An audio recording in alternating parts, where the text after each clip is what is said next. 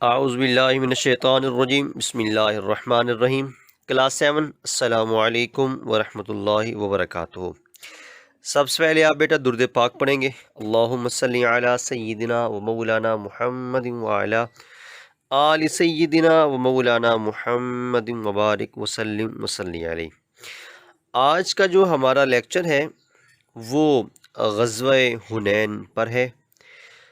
غزوہ اور حنین یہ دو لفظ ہیں، سب سے پہلے آپ کو پتہ ہونا چاہیے کہ ان کا مطلب کیا ہے۔ غزوہ ہم اس کو کہتے ہیں کہ جن میں رسول خدا صلی اللہ علیہ وسلم نے باقاعدہ شرکت کی ہو، اس کو غزوہ کہتے ہیں۔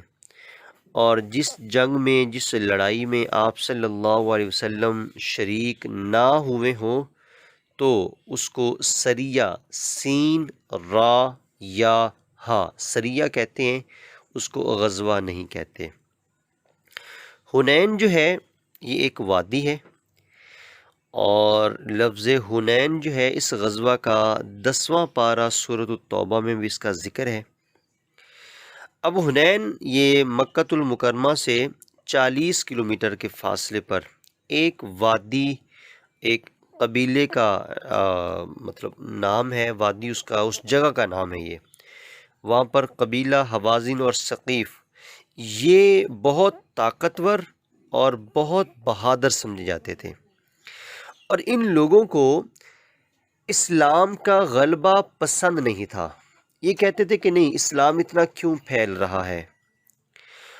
اور رسول خدا صلی اللہ علیہ وسلم نے جب مکہ فتح کیا تو مکہ فتح کرنے کے بعد غزوہ حنین آیا ہے، اور غزوہ حنین کی جو وجہ تھی وہ یہ تھی کہ جب مکہ فتح ہو گیا تو ان لوگوں کو اپنا ڈر لگ گیا کہ اب ہماری باری آنے والی ہے، اب ہم پر چڑھائی ہونے والی ہے۔ تو یہاں پہ جتنے بھی قبیلے تھے ساتھ چھوٹے چھوٹے، وہ سارے مل کر وادی حنین میں جمع ہوتے ہیں۔ وادی حنین میں جمع ہو کر یہ اسلام کی طرف آنا چاہ رہے ہوتے ہیں، حملہ کرنا چاہ رہے ہوتے ہیں۔ تو 6 شوال 8 ہجری کو حضور صلی اللہ علیہ وسلم 12,000 افراد کا لشکر لے کر ادھر روانہ ہوتے ہیں حنین کی طرف۔ اور صحابہ کرام جب یہ دیکھتے ہیں کہ ہم اتنے کثرت میں ہیں تو رسول خدا صلی اللہ علیہ وسلم کو یہ بات ان کی ناگوار گزرتی۔ یہ غزوہ حنین ہے۔ اس سے پہلے آپ یہ پڑھ چکے ہیں اور سن چکے بھی ہیں کہ غزوہ حنین کا مطلب کیا ہے، اور غزوہ حنین کب ہوا، کیسے ہوا، اس کی وجوہات کیا تھی، وہ سارا آپ پیچھے پڑھ چکے ہیں۔ 8 ہجری کو یہ غزوہ حنین ہوتا ہے۔ فتح مکہ کے بعد 10,000 کا لشکر آپ صلی اللہ علیہ وسلم کے ساتھ جب آپ مدینہ سے مکہ فتح کرنے کے لیے نکلے ہیں۔ جب مکہ فتح کر لیا تو آپ صلی اللہ علیہ وسلم کے ساتھ 2,000 جو ابھی نئے مسلمان ہوئے تھے وہ بھی ساتھ شامل ہوتے ہیں۔ تو یوں غزوہ حنین کے لیے 12,000 کا لشکر آپ کے ساتھ تیار ہوتا ہے۔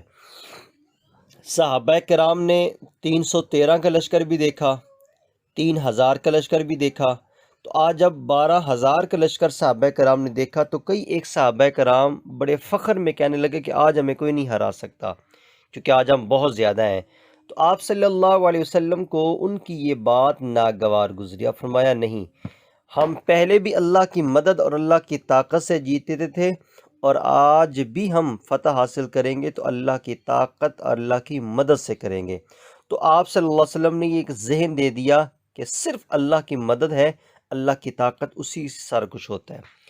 اب غزوہ حنین، چونکہ حنین والے جو تھے وہ بڑے طاقتور تھے، انہوں نے ایسا حملہ کیا کہ مسلمان بکھر گئے، حتیٰ کہ میدان جنگ میں آپ صلی اللہ علیہ وسلم اکیلے کھڑے رہ گئے۔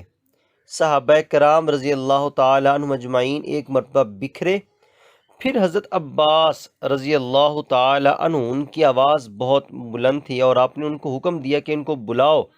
پھر آپ نے اونچی آواز میں کہا کہ بیت رضوان والو کہاں ہو؟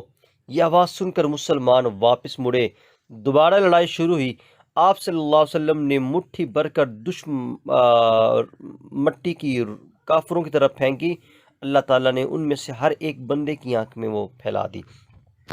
تو اس طرح سے تقریباً 70 آدمی ان کے مارے گئے، ہتھیار، مال، بہت سارے لوگ ان کے مال غنیمت کے طور پہ آئے۔ تو اس سے ہمیں سبق کیا ملتا ہے؟ اس سے سبق یہ ملتا ہے کہ ظاہری مال و اسباب کچھ نہیں ہے، صرف اللہ کی طاقت اور اللہ کی مدد ہے، انہی سے بندہ فتح یاب ہوتا ہے۔ بہت بہت شکریہ۔